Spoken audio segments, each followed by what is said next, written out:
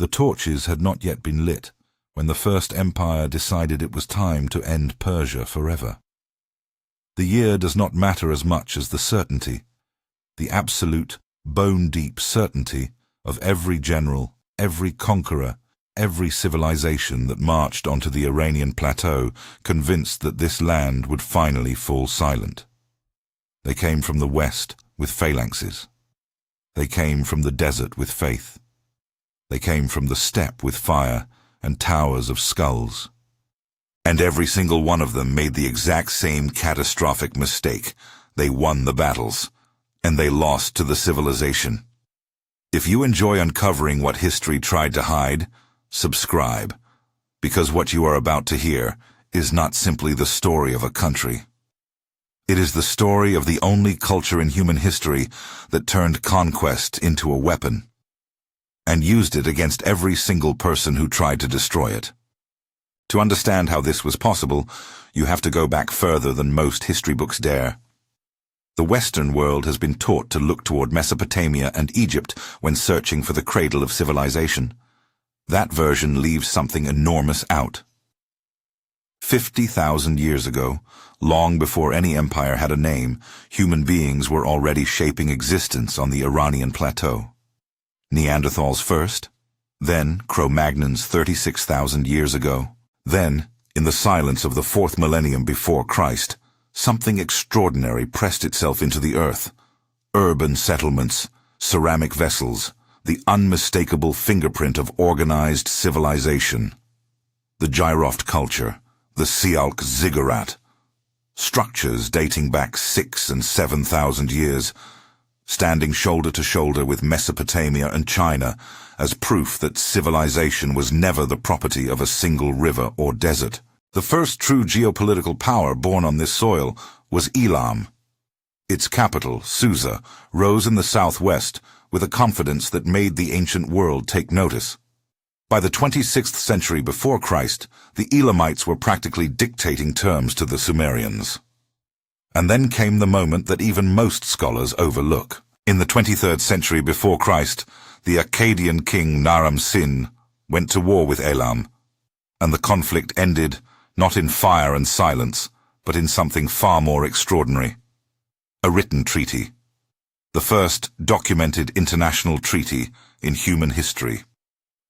While other civilizations were still perfecting the geometry of conquest, the Iranian space was already inventing diplomacy. The people we call Iranians today arrived later. Nomadic tribes descending from Central Asia and the Caucasus somewhere between the 20th and 15th centuries before Christ. Their ancient language was a direct ancestor of Latin, Greek, and every major European language spoken today, including English. They called themselves the Aryans, meaning noble, and named their new homeland the land of the Aryans. Over centuries, that word became the name the entire world now uses. Iran. They mixed with the culture of Elam. They split into powerful confederations. And in the silence of mountains and desert, they forged something more durable than any army ever assembled. Not chariots, not bows, ideology. Long before Christianity, long before Islam, a prophet walked through these highlands and articulated something no civilization had yet dared to say clearly. His name was Zoroaster, and his revelation would reshape the human imagination for 3,000 years. Time, he said, was not a circle. It moved in a single direction, forward toward a final reckoning. The universe was a battlefield between Ahura Mazda, the Lord of Light and Truth, and Angra Mainyu, the spirit of darkness and deception. To be Iranian was to be a soldier in that war. Every act of governance, every poem, every law was a blow struck for light against the encroaching dark. Zoroastrianism did something even more staggering than giving Iranians a reason to fight. It gave the entire world its concept of time. When the Persians conquered Babylon in the 6th century before Christ, they liberated the Jews held there in captivity. For 2 centuries, Judea existed as a province within the Persian Empire. During those years of proximity, Jewish thinkers absorbed the Zoroastrian framework, Linear time, the end of days, the final judgment, the purification of the world by fire. From Jewish theology, those ideas flowed into Christianity. From Christianity into Islam. The moral architecture within which nearly every human being on earth still thinks today was first drawn on an Iranian plateau by a man speaking a language older than Rome. Friedrich Nietzsche understood this. He chose Zoroaster as the voice of his most important work, precisely because he recognized that Iran had invented something no one else had: the coordinates of the future itself. The first great Aryan state was Media, founded in 670 before Christ. The Medes moved like a storm, brief, catastrophic, transformative. They dismantled the Assyrian Empire, one of the most feared military machines the ancient world had ever produced, and burned fast before their own relatives eclipsed them. In 550 before Christ, a man named Cyrus, half Persian, half Mede, united two peoples instead of destroying one. From that union, he began building what historians would call the Achaemenid Empire, the first superpower in the history of the world. When Cyrus conquered Lydia and Babylon, he did not destroy their temples or enslave their populations. He learned their names for God and called that God his ally. He built an empire on respect rather than terror. And that logic, applied across 50 million people, nearly half the Earth's population at the time, created something no sword alone could have maintained. His successor Darius the Phryne expanded the borders from Egypt to the Indus Valley, divided the empire into 20 administrative districts, introduced unified taxation, minted gold coins, and built a road network so efficient that the Persian Royal Postal Service was the fastest information system the ancient world had ever seen. But history does not forgive certain kinds of ambition. Cyrus himself rode north to face the Massagetæ and was annihilated. Queen Tomyris, seeking revenge for her son's death, lowered his severed head into a sack of human blood and spoke the words that history never quite forgot. "You thirsted for blood, now drink your fill." The empire survived. And then came the moment every Western schoolbook reaches for, the Greco-Persian Wars, Thermopylae, Salamis, the great Persian humiliation at the hands of the Greeks. Most history books stop there. But this is where everything actually changes. The loss of a handful of fringe cities on the Greek peninsula was, for an empire stretching from the Nile to the Hindu Kush, the equivalent of a mosquito landing on a lion. The lion did not die. It changed tactics. Persian gold began flowing west, funding Athens against Sparta and Sparta against Athens, setting the Greek world on fire from the inside with money instead of arrows. In 387 before Christ, the exhausted Greeks signed the King's Peace, a treaty drafted entirely on Persian terms. What Persian armies could not conquer, Persian silver bought. History rarely mentions this part. The real catastrophe came from Macedonia. A young king barely out of his 20s watched the internal fractures of the Achaemenid Empire with cold patience. In 330 before Christ, Alexander's phalanxes crushed the Persian army and burned Persepolis to the ground. The smoke rose for days. It seemed like the end of something irreversible. And that is exactly when the Iranian survival mechanism revealed itself for the first time. Alexander himself began to change. He wore Persian clothes.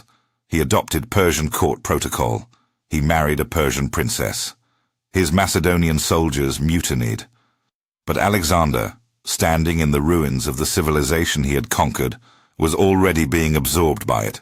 He was digesting Iran. Iran was digesting him. He died too young to see which force had truly won. The Seleucid dynasty that rose from Alexander's fractured empire tried to rule Iran as Greeks. They failed slowly and completely. Eastern culture began its quiet, methodical digestion of its Western conquerors. By the 3rd century before Christ, a tribe from the northeastern steppes, the Parthians, expelled the Greeks, restored the ancient title of King of Kings, and declared themselves the rightful heirs to the Achaemenid legacy. For 5 centuries they held the line against something no civilization before them had resisted for long: the Roman Empire. Using mounted cavalry and the devastating Parthian shot, an arrow fired backward at full gallop, they inflicted some of the most crushing defeats the Roman legions ever suffered in the East. The name of Parthia echoed in the nightmares of Roman generals for generations. Then in the year 224, the Sasanian dynasty rose from Persia's original heartland. They were not merely rulers, they were ideological architects. They rebuilt the state around Zoroastrianism, divided society into a meritocratic structure of priests, warriors, bureaucrats, and commoners, and created an administrative model so precise that every empire that followed would borrow from it. For nearly 400 years, Sasanian Iran fought a grinding existential war against Rome and then Byzantium for control of Mesopotamia and the Caucasus. 4 centuries of unbroken conflict that produced breathtaking art, poetry, and architecture, and slowly, invisibly, drained the empire of the blood it needed to survive. By the middle of the 7th century, the Sasanian Empire was not destroyed, it was exhausted, and exhaustion in history is always an invitation. From the deserts of Arabia, the Arab Caliphate arrived carrying the banner of Islam and moving with the terrifying speed of absolute conviction. In 651, the Persian capital fell. The last Sasanian Shah was hunted down and murdered. For the first time in its history, Iran lay entirely under foreign rule.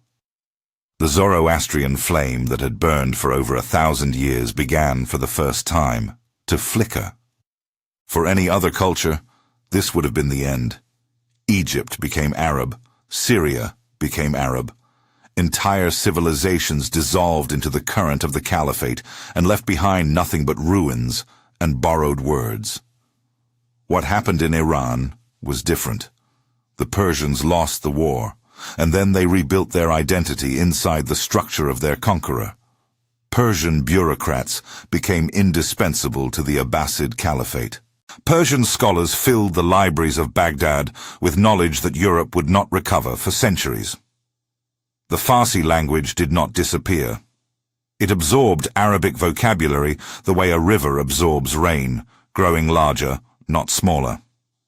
The caliphs adopted Persian court protocol. Persian administrative methods became the backbone of Islamic governance across the known world. Iran had done it again. It had swallowed its conquerors whole. But the true test was still coming.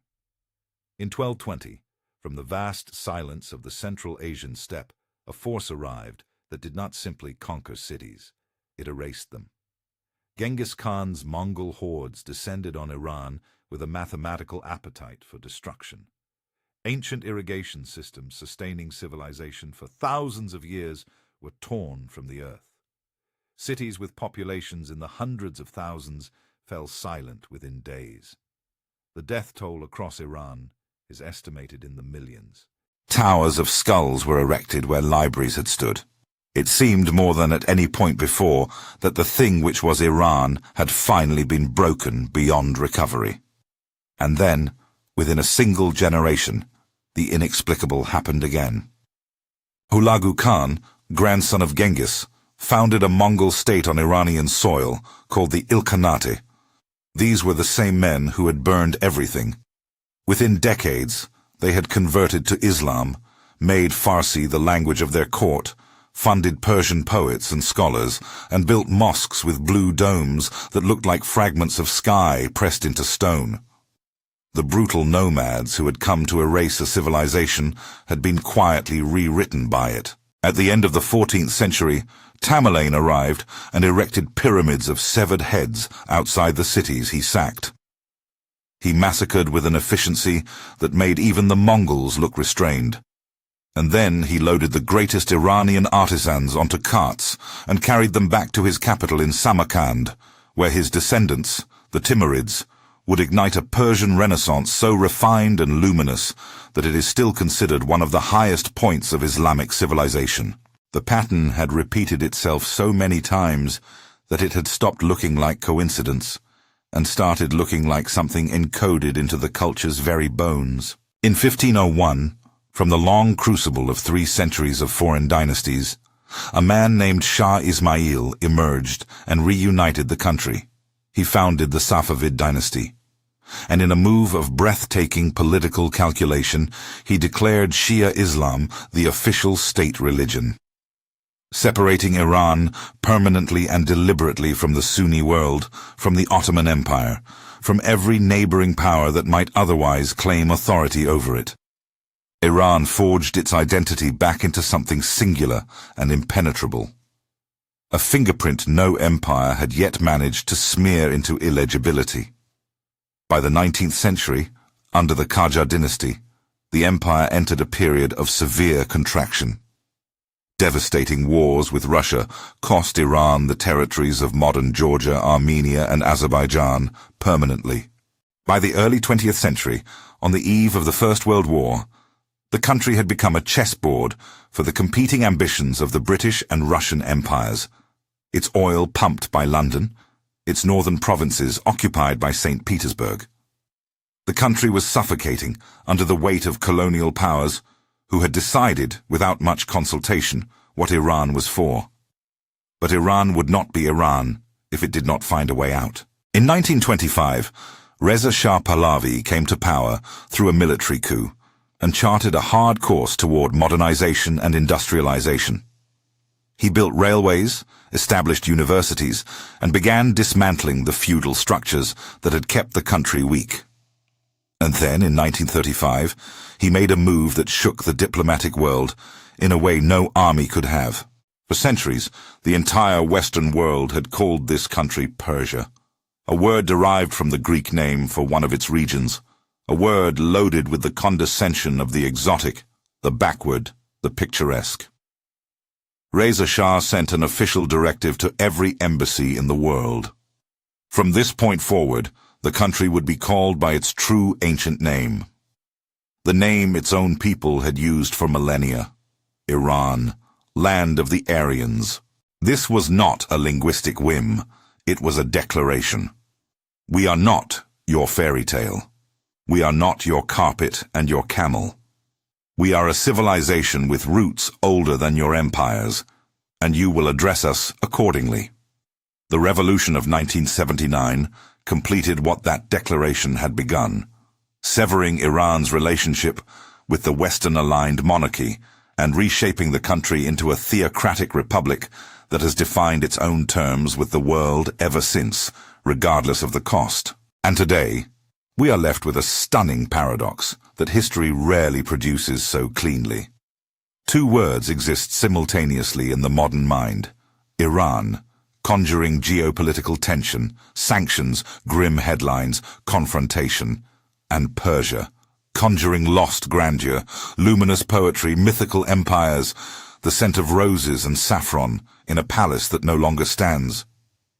2 names, 1 land, and a civilization that has been making the same argument for 7,000 years. We were here before you arrived, and we will be here after you leave. Over its long history, this culture developed the ultimate mechanism for survival, not by becoming invisible, but by becoming indispensable. When it clashed with Macedonians, Arabs, Mongols, and European empires, it did not disappear. It absorbed, it reshaped, it rewrote. It stood at the origins of civilization, invented the concept of linear time that still governs how we think, and outlasted every single power that was certain it had finally ended the story. Perhaps the deepest thing history teaches, when you look at Iran clearly, and without the filters of convenience, is this: the most dangerous civilizations are not the ones that fight to the last. They are the ones that know how to wait.